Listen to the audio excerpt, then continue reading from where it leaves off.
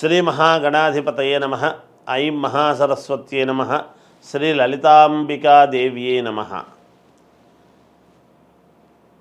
ముందుగా ప్రేక్షక మహాశయులకు ఈ క్రోధీనామ సంవత్సర ఉగాది పండుగ శుభాకాంక్షలు తెలియజేస్తూ, అలాగే ఈ 2024 క్రోధీనామ సంవత్సరం ఉగాది పండుగ నుండి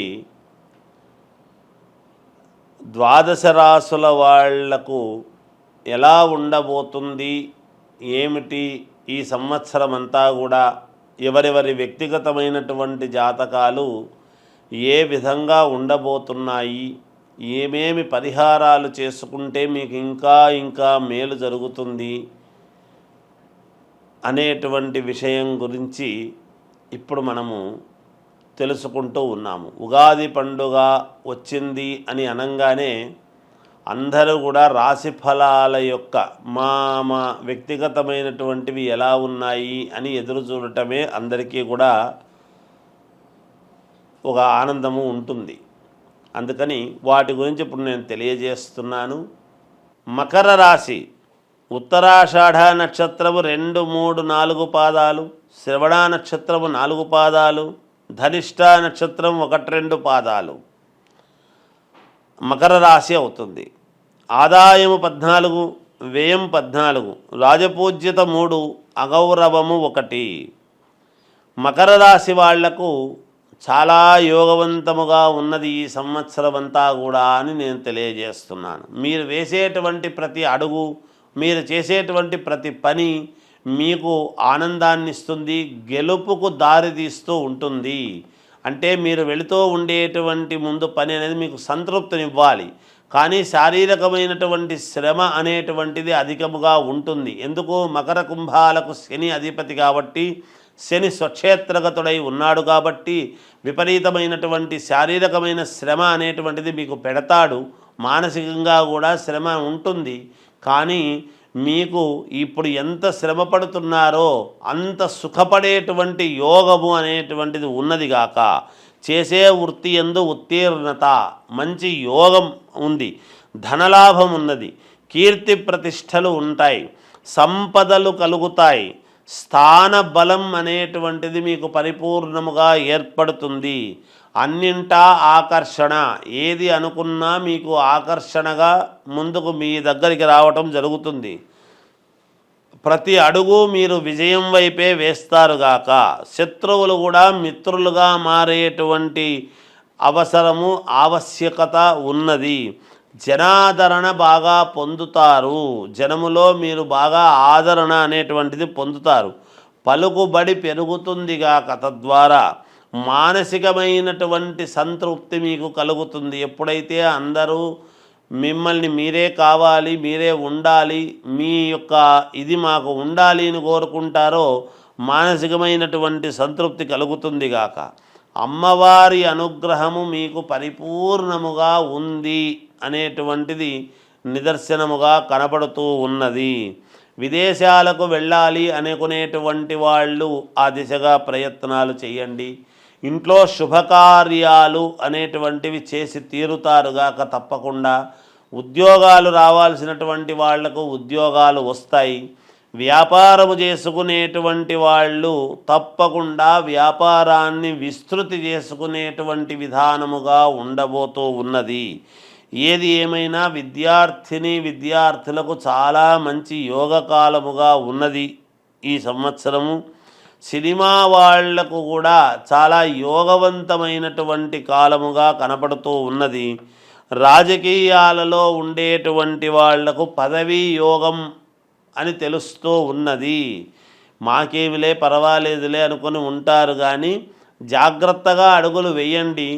ఎందుకంటే సిద్ధాన్న భోజనము నోటి దగ్గర పెట్టుకునేంత వరకు కూడా కొంచెం మనము జాగ్రత్తగా ఉండాలి. మీకు గ్రహస్థితులు చాలా అనుకూలముగా ఉన్నాయి. ఏముందిలే అని ఆదమర్చి ఉండకుండా కొంచెము తెలివిగా ఉండండి అని తెలియజేయడం జరుగుతూ ఉన్నది. ఇక ఏది ఏమైనా వ్యక్తిగతమైనటువంటి జాతకాలను ఒక్కసారి పరిశీలన చేసుకొని చెప్పిన యోగాలన్నీ కూడా వ్యక్తిగత జాతకంలో ఏమైనా లోపాలుంటే సరిదిద్దుకోండి. ఇవన్నీ కూడా పొందండి. ఇంకా మంచి మెరుగైనటువంటి ఫలితాలు కావాలి అనుకునేటువంటి వాళ్లకు మీ ఇంటి దేవుణ్ణి ఆరాధించండి, మీకు మేలు జరుగుతుంది. క్రోధీనామ సంవత్సర ఉగాది పండుగ ఏమిటి? క్రోధీనామ సంవత్సరం అంటే ఏమిటి అంటే, ఈ సంవత్సరము పేరులో మామూలుగా క్రోధి అనంగానే అంతా క్రోధము అనేటువంటిది కోపము అనుకుంటాము. అది ఉంటుంది, వాస్తవమే. క్రోధము ఉంటుంది, కోపము ఉంటుంది. కోపాగ్ని, క్రోధాగ్ని అంటాం మనం. అంటే కొన్ని చోట్ల అగ్ని కీలలు అనేటువంటివి కూడా రావటము జరుగుతుంది అనేటువంటిది కూడా ఉంటుంది. కానీ మరి ఓం ప్రథమములోనే మనం ఈ మాట చెప్పుకుంటున్నామే అంటే మరి పేరును బట్టే కదా జరుగుతుంది ఏదైనా. అయితే అగ్ని, క్రోధాగ్ని అనంగానే మనకేమనిపిస్తుంది అంటే అబ్బా ఎలా ఉంటుందో ఏమో ఈ సంవత్సరం అనుకుంటాం. పైగా మంగళవారము, కుజుడు ప్రాధాన్యత, కుజుడు రాజైనాడు ఈ సంవత్సరం. మంగళవారము అనంగానే మంగళం మహత్తని, ఎప్పుడూ కూడా మంచిదే మంగళవారం. మంగళవారం ఎప్పుడూ కూడా చెడ్డది కాదు, మంగళకరమైనటువంటి రోజు మంగళవారం. కనుక ప్రజలందరికీ కూడా మేలే జరుగుతుంది గాక. అయితే క్రోధాగ్ని అని ఎందుకంటున్నాము అంటే అక్కడక్కడ అగ్ని అనేటువంటివి కొంత కాస్త మనము అగ్ని మంటలు అనేటువంటివి జరుగుతూ ఉంటాయి. కానీ దాని వలన మన శరీరంలో కూడా అగ్ని అనేటువంటిది ఉంటుంది గాక.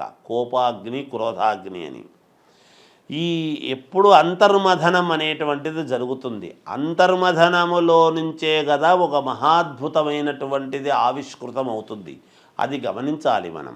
అందుకని ప్రజలు ఎవరూ కూడా ఆందోళన చెందాల్సినటువంటి పనేమీ లేదు. కుజుడు రాజైనటువంటి దాని వలన ఏమిటయ్యా లాభం అంటే భూములకు చాలా విలువ పెరుగుతుంది, రుణాలు బాగా చేస్తారు, అప్పులు చేస్తారు, కానీ అప్పులు తీర్చుకుంటారు కూడా. మరి అప్పు తీరాలంటే కూడా ధనమే కదా రావాలి. మరి దానికి కూడా మరి కుజుడు అనుకూలించాలిగా. కాబట్టి ఒక చోట పెద్ద అప్పు చేయటము, చిల్లర అప్పులన్నీ తీసేయడము జరుగుతుంది గాక. భూములకు విలువ చాలా పెరుగుతుంది గాక. అంతేకాకుండా ఎర్రటి ధాన్యానికి మంచి గిరాకీ, విలువ పెరుగుతుంది. అలాగే ఈ సంవత్సరము మాంగళీయక దోషాలు, కుజదోషాలు ఇవన్నీ ఉండేటువంటి వాళ్ళు విపరీతముగా పూజలు, కార్యక్రమాలు చేసుకోవటం అనేటువంటిది జరుగుతుంది. ఈ సంవత్సరము కుజుడికి ప్రాధాన్యత అంటే సుబ్రహ్మణ్యేశ్వర స్వామికి ప్రాధాన్యత అనేది మనము గమనించాలి. సుబ్రహ్మణ్యేశ్వర స్వామికి ప్రాధాన్యత అంటే ఏమిటి అంటే సంతానాన్ని ఇవ్వవలసినటువంటి వాడు కూడా సుబ్రహ్మణ్యేశ్వర స్వామి. వివాహము కావాలి అంటే కుజుడి యొక్క ప్రభావమే. అందుకే వివాహాలు అనేటువంటివి ఇప్పుడు మామూలుగా మౌఢ్యమే అది ఉండేటువంటి దాని వలన ఇప్పుడు జరగవు, కానీ ఆగస్టు తర్వాత విపరీతమైనటువంటి పెళ్ళిళ్ళు జరుగుతాయి. సంతానము అనేటువంటిది కూడా విపరీతముగా పొందుతారుగాక. అక్కడక్కడ అకాల వర్షాలు అనేటువంటివి కురుస్తాయిగాక. అగ్నికీలలు అనేటువంటివి అక్కడక్కడ చెలరేగుతాయిగాక. ఇవన్నీ ఉంటాయి. పాముల యొక్క ఉత్పత్తి కూడా చాలా పెరుగుతుంది అనేటువంటిది కూడా ఉన్నది. ఇది ఐశ్వర్యము కొన్ని చోట్ల కొంత ఏదో ఐశ్వర్య నష్టం అనేటువంటిది కూడా ఉన్నది. సరిహద్దులలో, దేశ సరిహద్దులలో యుద్ధ వాతావరణం అనేటువంటిది కూడా ఉంటుంది.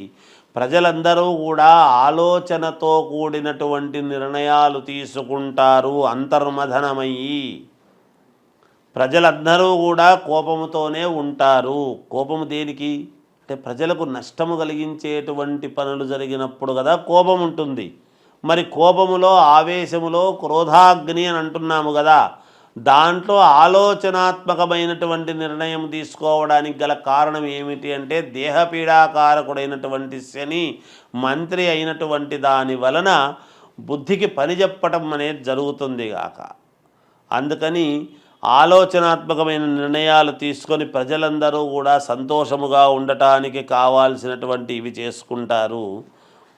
స్వక్షేత్రములో శని ఉన్నందువలన శని ఇవ్వవలసినటువంటి యోగాలు అందరి జాతకాల్లోనూ మంచి మంచి జాతకాల్లో మంచి చోట ఉండేటువంటి వాళ్ళందరికీ కూడా మేలే చేస్తాడు అనేటువంటిది కూడా తెలియజేస్తున్నాను. అలాగే చంద్రుడు ధాన్యాధిపతి అయినటువంటి దాని వలన బియ్యము బాగా పండిస్తారు రైతులు, బియ్యానికి బాగా ధర పెరుగుతుంది అనేటువంటిది కూడా ఉన్నది.